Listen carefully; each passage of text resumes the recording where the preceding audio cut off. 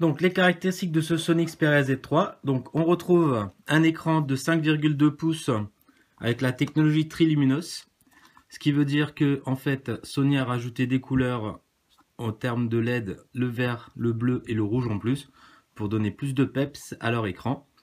On retrouve un appareil photo de 20,7 mégapixels avec la technologie X-Reality qu'on retrouve sur leur réflexe ou hybride, qui permet de filmer aussi en 4K grâce au processeur quad-core cadencé à 2,5 qu'on voit ici.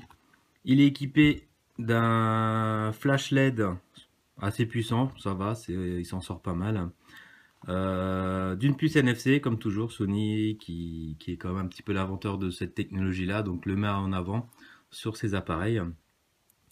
Et bien sûr, comme les précédents Xperia, le Sony est aussi cette fois-ci équipé de la norme IP65 et IP68 qui a été renforcée pour un peu plus d'immersion dans ces environnements-là comme la poussière et l'eau. Et bien sûr, le Sony Xperia Z3 est disponible en 3 couleurs, le noir que nous allons voir aujourd'hui, le bronze qui va remplacer en fait le violet qui était sur les modèles précédents, le blanc, et on peut retrouver dans certains pays aussi un petit nom vert avocat ou pistache pour ceux qui sont fans. Et bien sûr, le smartphone tourne sur Android 4.4. Maintenant, attaquons par un petit tour de la bête. Donc, on retrouve sur le flanc droit l'emplacement pour la carte micro SD et la nano SIM. Donc, c'est bien une nano SIM et pas une micro SIM. Parce que le téléphone est très fin, donc pas assez de place pour accueillir une micro SIM. Le bouton power, les boutons volume plus et moins et le déclencheur photo. Donc si on reste appuyé longtemps dessus, ça va directement lancer le mode photo, ce qui est appréciable. Sur le flanc droit, sur le flanc gauche, on retrouve l'emplacement de la connectique micro USB. Ici, c'est pour leur dock station qui permet donc de le clipser, comme vous pouvez le voir sur le store Sony, sur les manettes de PlayStation 4. Et ici, c'est l'emplacement pour mettre une Dragon, comme ça, si on l'utilise en mode photo. Donc, ça permet de ne pas le faire tomber. La face avant, on va retrouver deux haut-parleurs stéréo. Donc, comme ça, au moins, quand c'est de face et on joue au jeu, ben, on bouge pas les extracteurs arrière. Et donc, ça permet d'avoir un son beaucoup plus intéressant. À l'arrière, on retrouve l'appareil photo estampillé G, donc grand optique et tout ça, avec le flash LED. Bien sûr, pour bien montrer où est la puce NFC, comme ça on peut aller poser sur les dock stations pour l'appairer. La marque, pas de micro ou extracteur de son, rien du tout, donc un arrière lisse en verre, en Gorilla Glass 3. À l'avant, on retrouve dans le coin haut l'appareil photo pour tout ce qui est visioconférence. Sur le haut, le micro pour la réduction de bruit et la prise jack pour pouvoir le brancher sur vos écouteurs. La tranche inférieure est tout à fait lisse, donc rien du tout. Bien sûr, le contour est entièrement en aluminium, donc ça c'est intéressant. Même ici, peut-être pas les recoins qui fait la séparation des antennes, ça a l'air d'être du plastique.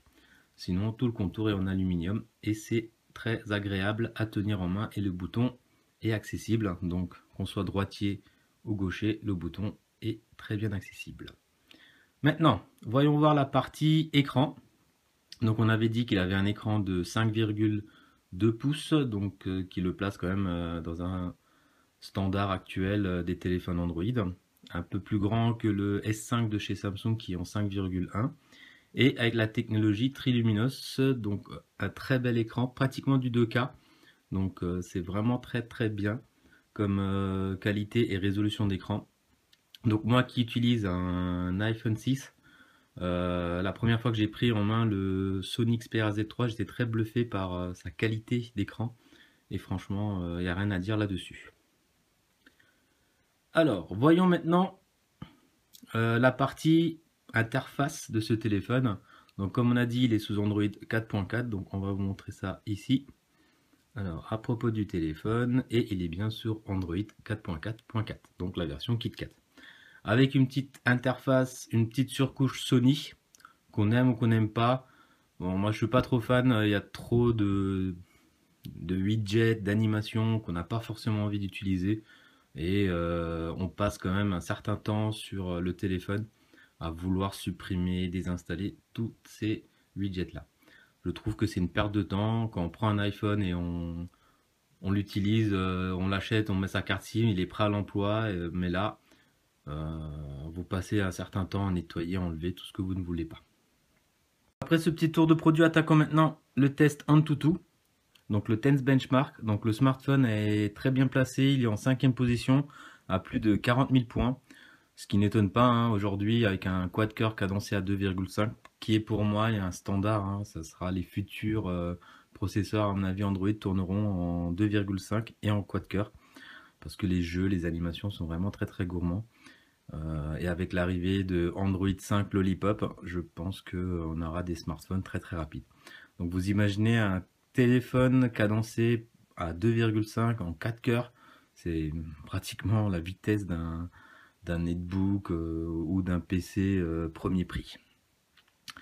Alors, la partie interface, donc la surcouche qu'on va vite revoir vite fait. Donc on retrouve les petits volets, les petites tuiles d'animation qu'on peut retirer si on le souhaite. Là, les points forts et la pub de Sony avec leur webcam, les albums, la partie vidéo, on peut aller voir des trailers, des petites scènes de photos, de vidéos, de films, pardon. Et la partie PlayStation pour pouvoir voir son score et suivre les jeux. Ici, on a une petite animation de photos, donc qui est pas mal, qui est bien fait, avec des extraits de photos pris avec leur réflexe alpha. Je vous montrerai, on a pris quelques photos aussi dehors. Après, je vous les mettrai à la fin de cette vidéo. Donc, l'interface ici, donc c'est un petit peu différent. Hein. On a des icônes un peu plus flat design, un peu plus vif en termes de couleurs, joli, agréable. On est un petit peu déstabilisé parce que je cherchais galerie pour pouvoir voir les photos, mais en fait Sony appelle ça album et on retrouve ça dans album. Donc les personnes qui viennent d'un smartphone Samsung ou Nexus euh, devront s'adapter pendant un certain temps. Et on retrouve aussi tout ce qui est tracker d'activité avec le Live Log qui permet donc de savoir à quel moment on a écouté quelle musique, combien de pas on a marché dans la journée, et de rentrer sa nourriture, ses activités physiques qu'on a pu faire dans la journée, ou éventuellement de le paramétrer avec la Watch 2 de chez Sony. Donc on a vu les capacités avec le benchmark AnTuTu. Voyons voir ce qu'il donne avec un jeu, avec un dernier jeu du moment. Donc on va lancer Asphalt 8. Donc le haut-parleur est vraiment très très bluffant. Il a un très très bon son. La première fois que je l'ai lancé, j'étais vraiment sur le cul.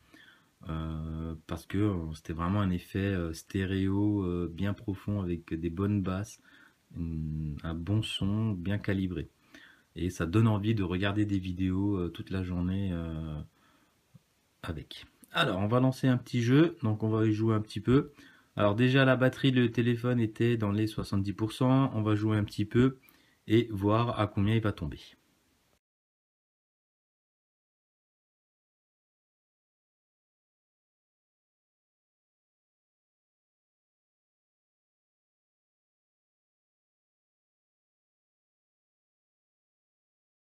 Donc, on a un petit peu joué. Donc, la batterie, elle s'est bien comportée, il n'y a pas de problème. Hein. Donc, on a joué quoi 5 minutes à peu près. Le téléphone est plutôt chaud sur la partie haut. Donc, à ce niveau-là, le téléphone est quand même assez chaud. Donc on se rend compte qu'il monte très rapidement en température en utilisation. En termes de batterie, il a perdu 1% sur cette partie-là en utilisation. En jeu, c'est tout à fait normal. Je pense qu'on perdra à peu près 2-3% si on joue 15 minutes à un jeu, ce qui représente à peu près ce qu'on a en pause quand on travaille ou dans les salles d'attente chez le docteur.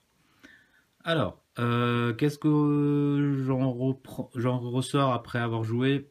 Je trouve que le gyroscope est pas assez réactif. Est-ce que ça vient du téléphone ou de l'application? Mais quand on joue sur un iPhone, il suffit juste de braquer un petit peu et le volant tourne, tandis que ici, j'ai dû me mettre en mode avec le volant directionnel sur l'écran. Et ça, vous avez vu, j'ai fait 3 4 accidents à la suite en prenant à chaque fois le même mur parce que ça, ça, ça voulait pas tourner. Donc ce côté-là, pas trop fan. Sinon, les graphismes très agréables, les couleurs sont bien présents, on voit bien la technologie Triluminos en action. Donc c'est vraiment des couleurs vives, pétants comme on peut avoir sur leur téléviseur. Ça c'est appréciable. Sinon, est-ce qu'il y avait des ralentissements, des latences en termes de jeu? Non, rien ressenti de particulier. Donc sur ce point, c'était rien à redire. Sinon, maintenant, on va regarder une petite vidéo pour vous montrer la qualité son de ce produit. Donc on va peut-être aller ici sur leur vidéo à eux. Donc on va le prendre dans ce sens-là, voilà, et on va mettre le volume.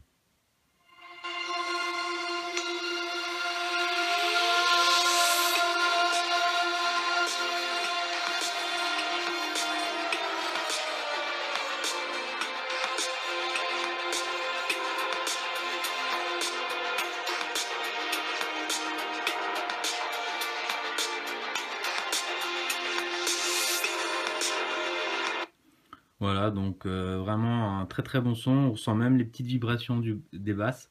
Donc ça, c'est assez agréable. Ce qu'il y a aussi, c'est quand on écrit, on a le petit retour d'impulsion. Donc je ne sais pas si on va l'entendre. Voilà. Donc ça, c'est quand même intéressant pour les personnes qui sont pas habituées à utiliser un clavier tactile. Donc on a ce petit retour d'impulsion qui est assez agréable.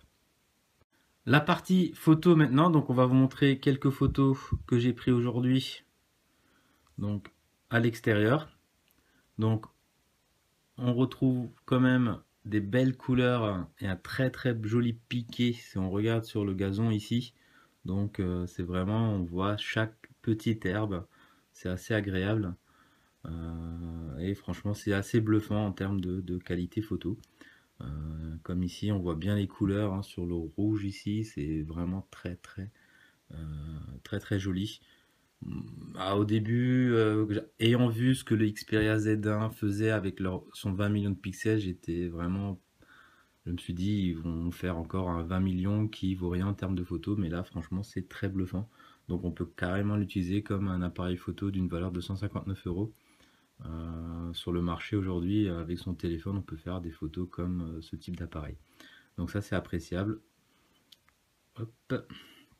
La partie vidéo n'a pas testé parce que uploader une vidéo en 4K sur YouTube, ça va prendre du temps et je suis pas sûr que ça va vraiment montrer la qualité vidéo qu'on peut voir sur le téléphone. Donc je vous invite à vous rendre dans un magasin et de le manipuler, de voir des extraits de vidéos 4K que Sony a mis dans son téléphone parce que là, ça sera beaucoup plus bluffant. Alors, est-ce qu'on peut voir d'autres vidéos ou bandes annonces? Non, donc dommage. Sinon, ce que je reproche aussi un petit peu à ce téléphone, c'est qu'il n'y a pas de touche physique. Donc quand vous êtes dans un jeu ou sur un plein écran sur les photos, ben, si on veut revenir en arrière, ben, il faut scroller de bas en haut pour pouvoir faire apparaître les boutons en bas. Et ça, franchement, c'est pas intéressant, on perd du temps. Et moi, je suis plutôt apte, comme ce que Samsung fait avec le bouton, et hop, on revient en arrière. Parce qu'après, on a tendance à venir le verrouiller ici et le déverrouiller pour revenir sur la page. Et ça, franchement, Sony, ils auraient pu essayer d'intégrer un petit bouton ici. C'est bien dommage. Avant de conclure cette vidéo, bien sûr, on va voir le point que Sony nous présente depuis 3 générations, l'étanchéité du téléphone. Donc, on va ramener notre petite bassine d'eau pour voir si ce téléphone, comme Sony nous le dit, est-il résistant à l'eau. Donc, on va le plonger dans l'eau avec, donc on va déjà baisser le son. Et on va voir s'il fonctionne sous l'eau. Voilà. Hop.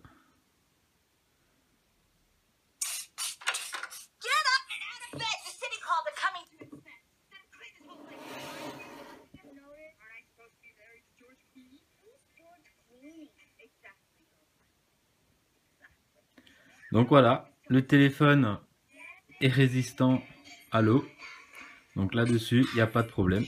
Par contre, avec la résistance de l'eau, l'écran, voilà, on va le replonger comme ça peut-être. Non. Hop. Donc on peut s'amuser à prendre des photos, à regarder des vidéos sous l'eau, il n'y a pas de problème là-dessus. Donc ce téléphone est bien résistant à l'eau. Voilà, après avoir nettoyé mon plan de travail et avoir essuyé le téléphone, donc là il est tout propre, pas de traces de doigts, donc on peut attaquer la conclusion de cette vidéo. Alors, j'ai utilisé ce téléphone pendant 2 jours à peu près, donc j'utilise, comme j'ai dit avant, un iPhone 6. Ce qui est intéressant dans ce téléphone, même si l'écran est grand, on arrive à le prendre d'une seule main. Donc ça c'est bien. Moi qui ai des petites mains, comme on peut le voir, hein, j'ai tendance souvent à faire échapper mon iPhone. Donc depuis j'utilise une petite coque, une petite housse pour mon iPhone. Là, la prise en main avec l'écran, les rebords qui sont très très fins sur le téléphone. Donc par rapport à l'iPhone où on a vraiment des rebords assez imposants, là la prise en main est quand même beaucoup plus agréable avec les angles arrondis ici, ici, dans les quatre coins, c'est très très joli à voir. L'aluminium, donc c'est joli, ça donne de la robustesse, ça cracote pas quand on le serre avec sa main, donc ça c'est appréciable. L'écran, comme on a dit, là-dessus, j'ai rien à dire. Franchement, l'écran est très très joli. L'appareil photo, lui, est très performant. Il fait des photos très très rapides. Il a une mise au point assez agréable. Même si au moment où on appuie et qu'il enregistre la photo, il y a un petit moment de latence. Ça dérange un petit peu.